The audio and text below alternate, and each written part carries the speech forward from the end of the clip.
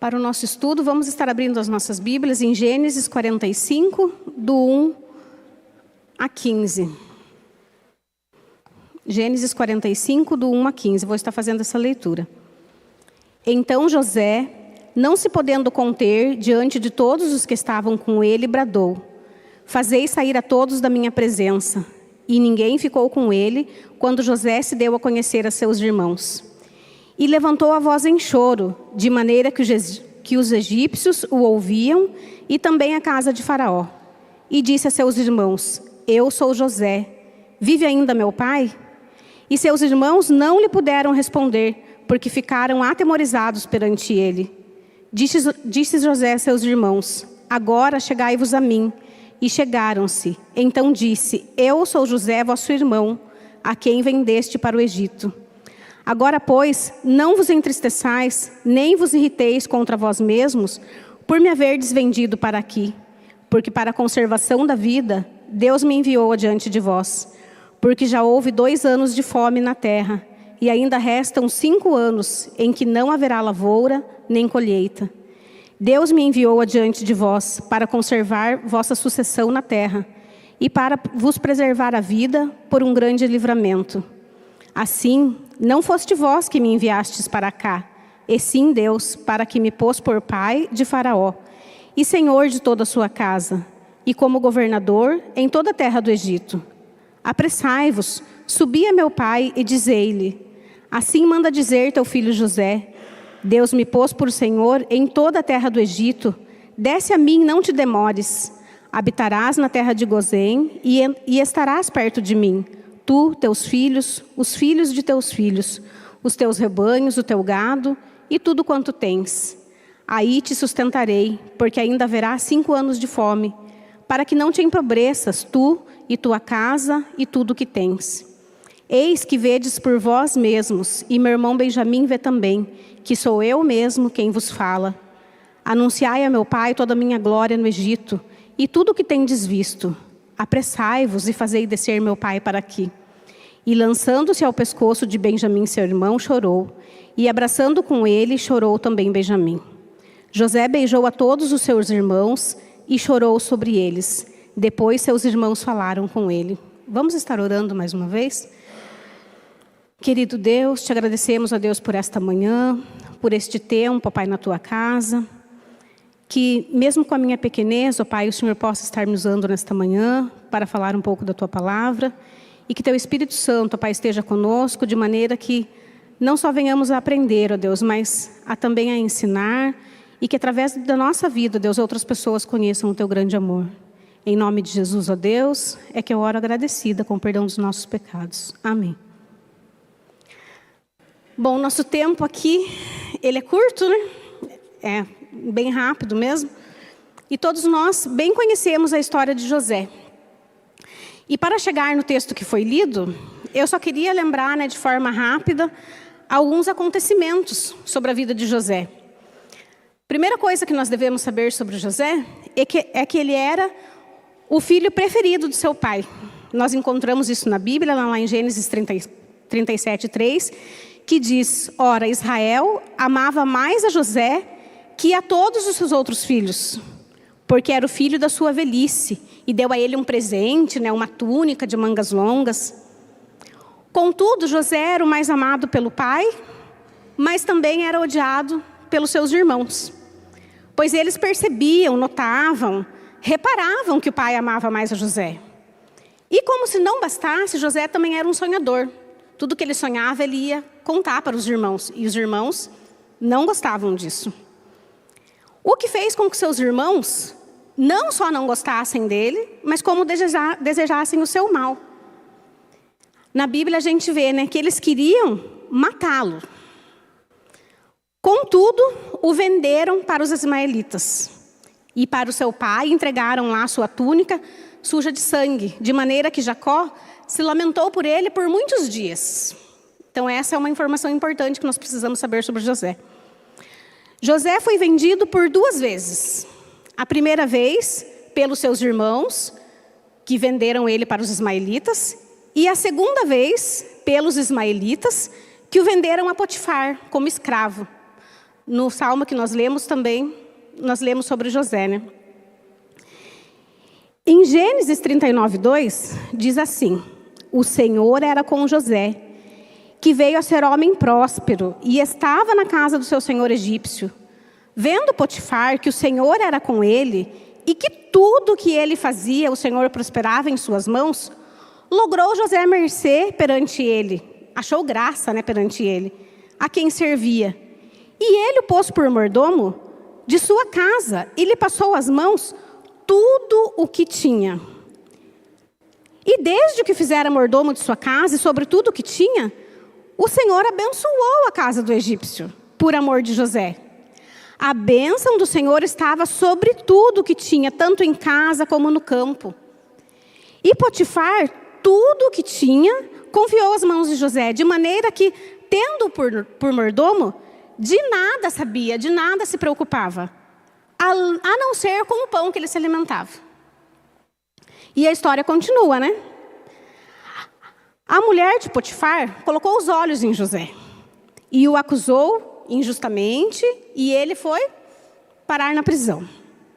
Mas no versículo 21, o Senhor, porém, era com José, e lhe foi benigno e lhe deu graça perante o carcereiro, o qual confiou às mãos de José todos os presos que estavam no cárcere. E ele fazia tudo quanto se deveria fazer ali. Nenhum cuidado tinha o carcereiro de todas as coisas que estavam na mão de José, porquanto o Senhor era com ele. E tudo que ele fazia, o Senhor prosperava. Então nós já vemos 2 lugares em que José foi colocado, e nos 2 lugares o Senhor era com ele, e nos 2 lugares ele prosperava.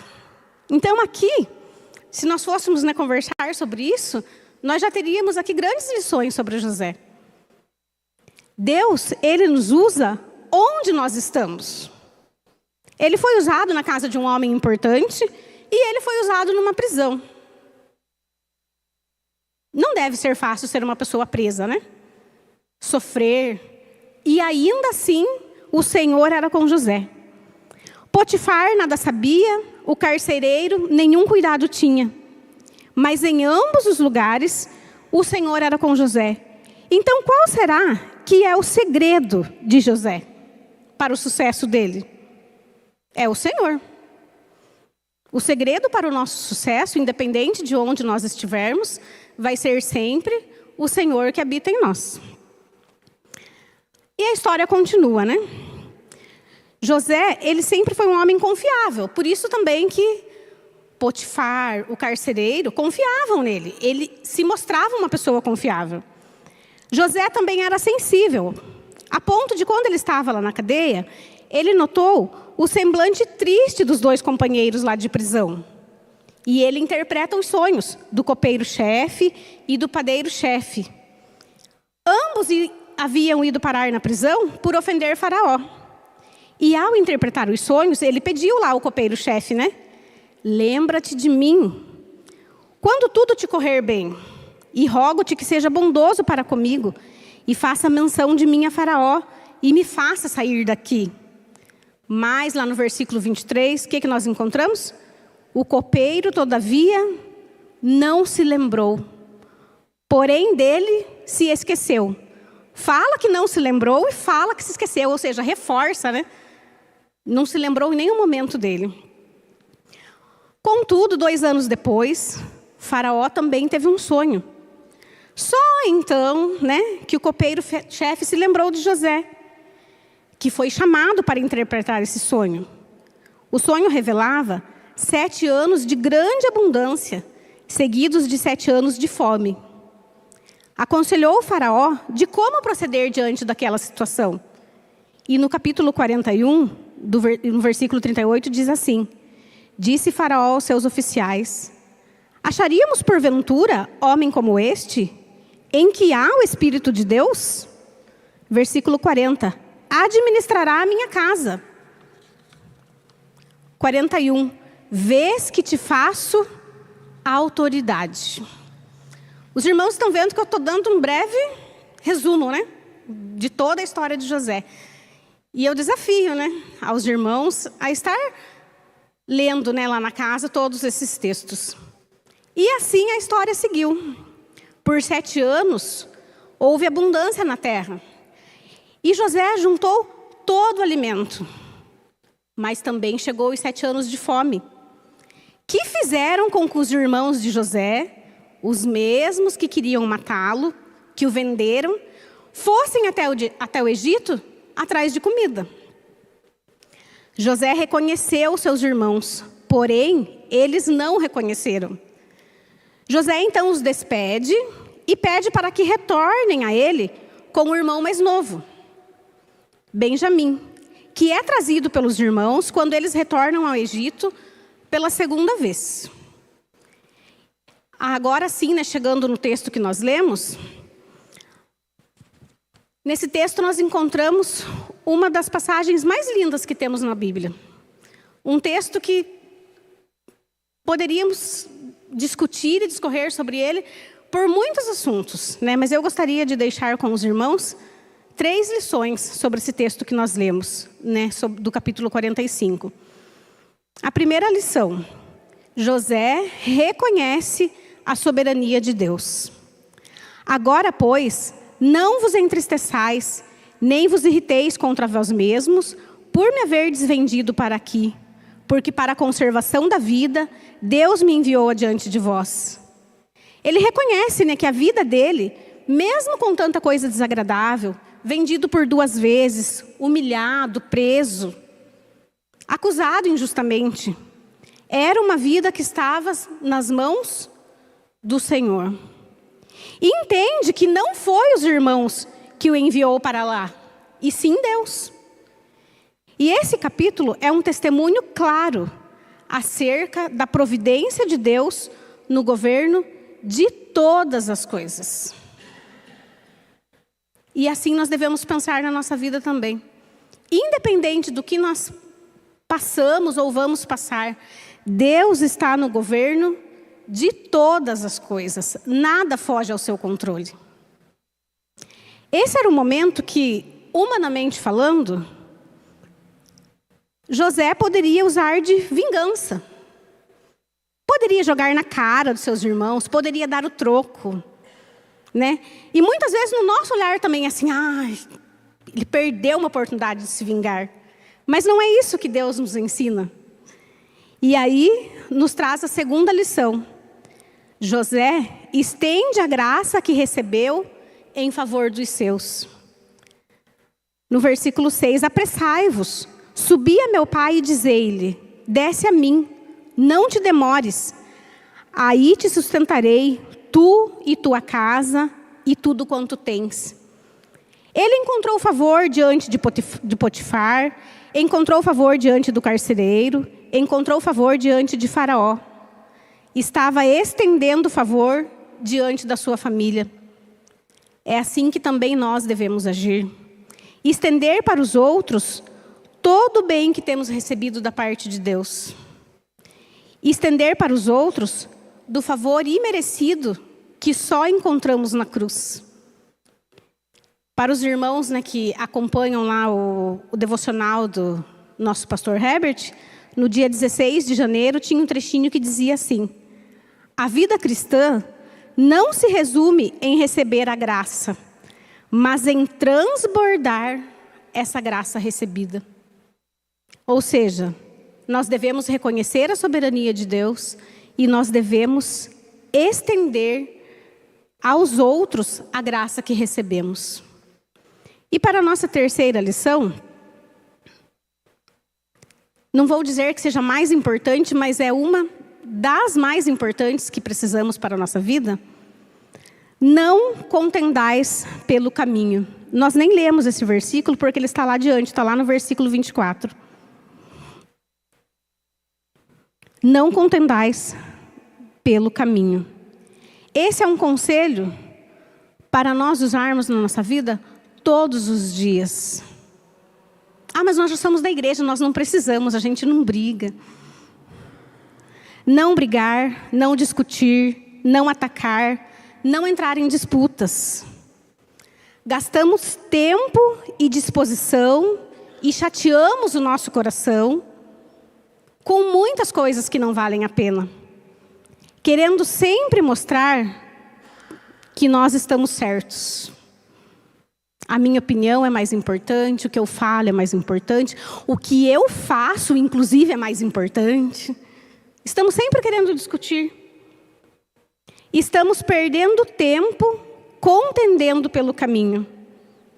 Estamos gastando energia naquilo que não convém. E que caminho é esse? Nós que aqui estamos todos seguindo o mesmo caminho. Estamos todos em busca da eternidade. E nesse caminho estamos brigando. É como se eu dissesse, eu quero ir para a eternidade. Mas eu não quero que alguns irmãos estejam lá comigo. Eu quero ir para a eternidade. Mas, Senhor, deixa alguns para trás. É contender pelo caminho. É gastar energia naquilo que não produz vida, naquilo que não estende graça e naquilo que não reconhece a soberania de Deus. Em Romanos 12, 18, nos diz: se possível, quanto depender de vós, tende paz com todos os homens. Nós precisamos observar o nosso caminho e não contender nesse caminho. Então, foram 3 lições, né? Reconhecer a soberania de Deus, estender a graça que recebemos e não contender pelo caminho. E eu gostaria de deixar para os irmãos